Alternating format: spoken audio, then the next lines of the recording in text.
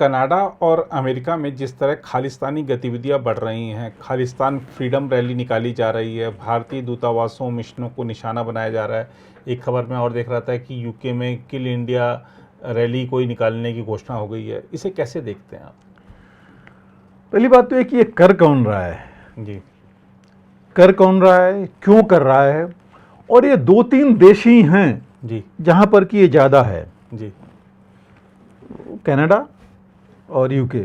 US में तो खैर सैन फ्रांसिस्को में जो हुआ एम्बेसी के पास, और वो एक मैं नहीं कहूँगा कि बहुत ज़्यादा है, इतना ज़्यादा अभी तक नहीं है जी, वहाँ पर जितना कि कनाडा और यहाँ है। जी, और आपको याद है हम लोगों ने पहले भी इस पर बात किया था कि जस्टिन ट्रूडो की क्या मजबूरियां हैं, जो प्राइम मिनिस्टर हैं कनाडा के। जी, उन्होंने तो फिर से कह दिया है कि ये भारत है, वो इनके साथ न्याय नहीं करता है, ऐसी बात। एग्जैक्टली वही मैं कह रहा हूँ, क्योंकि वो तो उनके बैसाखी पर हैं जी, कि वो इनकी बैसाखी पर ही चल रहे हैं, उनको अपने पावर का डर है। जी, तो पहली बात ये कि आप सोच देखिए कि आप अपने आप को कितना एडवांस माने, कितना भी करें, लेकिन आपको भी अपना पावर ही देख के आप चल रहे हैं कि मुझे किसी तरह भी पावर में रहना है। जी, और जो हम अभी बात कर रहे थे पिछले उसमें एससीओ के बारे में, जहाँ पर हमारे प्रधानमंत्री ने बोला है एक्सट्रीमिस्ट एक्टिविटीज़ के लिए या एंटी नेशनल एक्टिविटीज़ के लिए, ये जो लोग हैं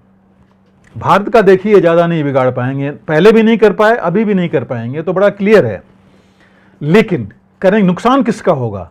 आगे आके नुकसान कनाडा का ही होना है या यूके का ही होना है। ये चीज़ इनको समझनी पड़ेगी जी, कि आज अगर जस्टिन ट्रूडो ये इनके सपोर्ट में अगर बोल रहे हैं, तो कल जो है इन्हीं की बोलती बंद करेंगे यही ग्रुप जी, तो ये इनको समझना पड़ेगा।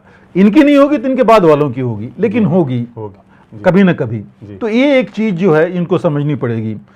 और इनको सपोर्ट कौन कर रहा है? ऑफ कोर्स खालिस्तानी जो यहाँ रह के कुछ नहीं कर पाए, अगल बगल में कुछ नहीं कर पाए, आईएसआई वहाँ रह के कुछ नहीं कर पाई, वहाँ पर जाकर आईएसआई इनकी मदद कर रही है और लोकल कर रहे हैं वहाँ। अभी हम जो बात कर रहे थे फ्रांस में, वही डेमोग्राफिक चेंजेज यहाँ हो रही हैं, कनाडा में भी और यूके में भी हो रही हैं जी।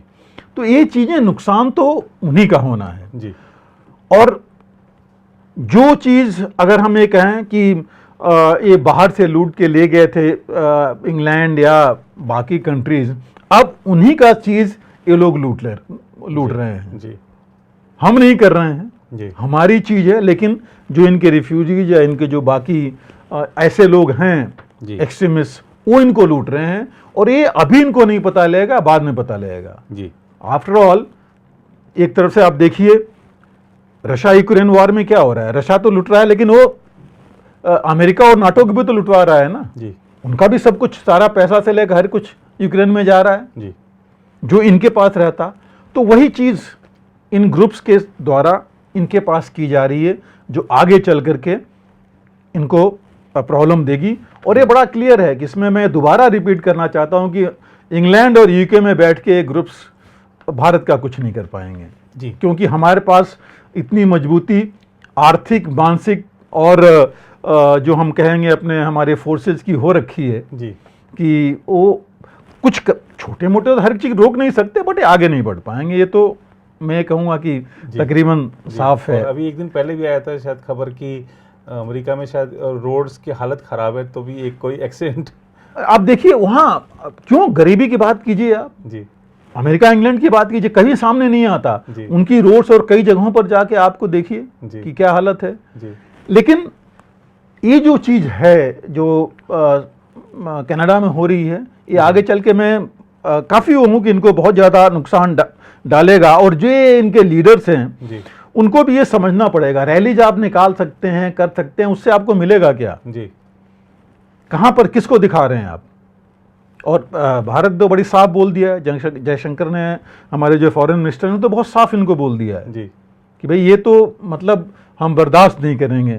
एक तरह से वहाँ तक बात आ गई जी। अभी आप देखिए कि ये बौखलाए क्यों हैं ये ग्रुप्स जी। पिछले एक महीने में देखिए क्या हुआ, बिल्कुल 3 जो है इनके बड़े खूंखार कहते थे कि अपने आप को कि लीडर जिनको कि इतना ज़्यादा सपोर्ट वहाँ मिल रहा था, खुले घूम रहे थे, और यहाँ पर 10 लाख तक का इनाम जो कि हाईएस्ट था उनके ऊपर, वो तीनों मारे गए। चाहे वो हरदीप निज्जर था जो कि आपको पता है कि कहाँ कहाँ किस में था, खालिस्तान फोर्स कमांडो, मतलब उसका तो बहुत ज़्यादा वो था, कितना नाम लिया जाए।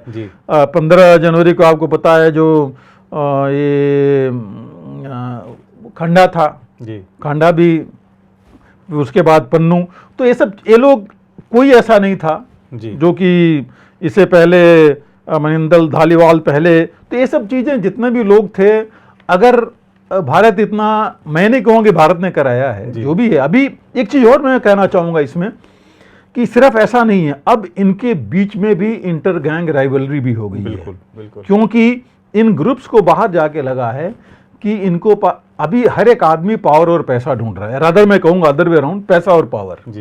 पैसा आ जाता है तो पावर ढूंढते हैं। तो अब ये जब देख रहे हैं कि वो मिल रहा है, तो थोड़ी बहुत इंटर गैंग राइवलरी भी इनके अंदर हो रही है, जिसका कि कुछ एग्जाम्पल हमको मिला था पंजाब में, जो एक केस हुआ था, एक मारा गया था, और जो बाहर हो रहे हैं, तो ये भी है, ये भी चीज़ शुरू हो जाएगी। तो ये नुकसान जो है इनका आपस का ही होगा और वहाँ का भी होगा। तो ये चीज़ जो अभी आ रही है, तो ये इनको शायद समझ में अभी नहीं आ रही है, जिसका कि ये फ़र्क पड़ेगा। इंडियन जो एजेंसीज हैं, जो मैं अभी बात कह रहा था, वो तो क्रैकडाउन ने उन्होंने पूरा लगा दिया है। आप देख ही रहे हैं कि क्या हो रहा है पंजाब में। NIA से लेकर के हमारी सारी एजेंसी जो वहाँ लगी हुई हैं, वो ड्रग से लेकर हर एक चीज़ पर अब पूरी मजबूत पकड़ बनाने जा रहे हैं कि ये चीज़ अब आगे यहाँ नहीं हो। बिल्कुल। तो ये पूरी यहाँ पर ताकत से लगे हुए हैं। तो इस वजह से डोमेस्टिक तो उन्होंने विद इन कंट्री तो काफ़ी हद तक काबू पा लिया है, पा लेंगे। तो इसलिए अगर ये सोच रहे हैं कि बाहर से आके यहाँ कुछ करेंगे, तो मुझे नहीं लगता कि ये चीज़ ये कुछ कर पाएंगे। लेकिन जो ये जो देश हैं, ये जो प्रोवोकेटिव चीज़ें आ रही हैं भारत के अगेंस्ट, वो नहीं करेंगे तो संबंधों पर भी असर पड़ेगा। क्योंकि अब भारत की हालत होनी है कि इनके ऊपर डिपेंडेंट है। अब हालत ये है कि ये लोग भी डिपेंडेंट हैं भारत के ऊपर अपनी चीज़ों के लिए, तो इसके ऊपर फर्क पड़ेगा। आप बताइए, अभी एक रैली कल निकालने की बात हो रही है, इससे पहले जो इंदिरा गांधी के उसके लिए जो असैसिनेशन वाली रैली निकली थी, वो भी गलत था, जिसको इन्होंने उस पर एक्शन नहीं लिया। तो इसलिए जो ऑलरेडी मैंने कहा था कि हमारे फॉरेन मिनिस्टर ने बड़ा क्लियरली बोला है कि जो रेडिकल एक्सट्रीमिस्ट हैं, खासकर खालिस्तान आइडियोलॉजी वाले, वो जो है इंडिया या जो कंट्रीज हैं इनके लिए और हमारी जो आपस की संबंध हैं उसके लिए अच्छे नहीं हैं। तो इससे ज़्यादा आदमी क्या इनको बोल सकता है। तो इस वजह से अगर समय रहते इन देशों ने इसके ऊपर ध्यान नहीं दिया, तो आगे चल करके हमसे ज़्यादा, भारत से ज़्यादा नुकसान इनका होगा। बिल्कुल सर। तो आज के कार्यक्रम में सर आपने SCO शिखर सम्मेलन का संपूर्ण विश्लेषण किया, साथ ही आपने हर बार की तरह रूस यूक्रेन युद्ध के ताज़ा हालातों पर एक विस्तृत नज़र डाली और इजराइल फ़िलिस्तीन के बीच में ताज़ा विवाद क्या है और कब से और क्यों वो आपस में लड़ते हैं, इस बारे में भी आपने अपनी राय रखी। फ्रांस में जो बवाल हुआ उससे दुनिया को क्या सबक लेना चाहिए, क्या संदेश है जो वहाँ पर सड़कों पर दंगा हुआ, इस पर आपने विस्तार से जानकारी दी। और ख़ास तौर पर जो खालिस्तानी गतिविधियाँ चल रही हैं, चाहे कनाडा में हो, US में हो, UK में हो, कैसे इन लोगों को, जो लोग आज पाल रहे हैं, उनको पता नहीं है कि वो भस्मासुर को पाल रहे हैं। तो इस पर भी आपने अपनी राय रखी विस्तार से। आपका बहुत बहुत धन्यवाद सर। और मुझे पूरी उम्मीद है कि आज के कार्यक्रम में आपने जो जानकारी दी है हमारे सभी दर्शकों के लिए उपयोगी सिद्ध होगी, ज्ञानवर्धक सिद्ध होगी। फिलहाल आज की रिपोर्ट में इतना ही। बाकी देश में खबरों के लिए बने रहें प्रभा साक्षी के साथ। आप सर इस कार्यक्रम से जुड़ा आपका भी बहुत बहुत आभार। अगर आप भी लेना चाहते हैं देश दुनिया की तमाम जानकारी, तो आज ही सब्सक्राइब करें हमारे चैनल को। साथ ही नीचे दिए बेल आइकन को जरूर दबाएं ताकि हर अपडेट आप तक पहुंच सके।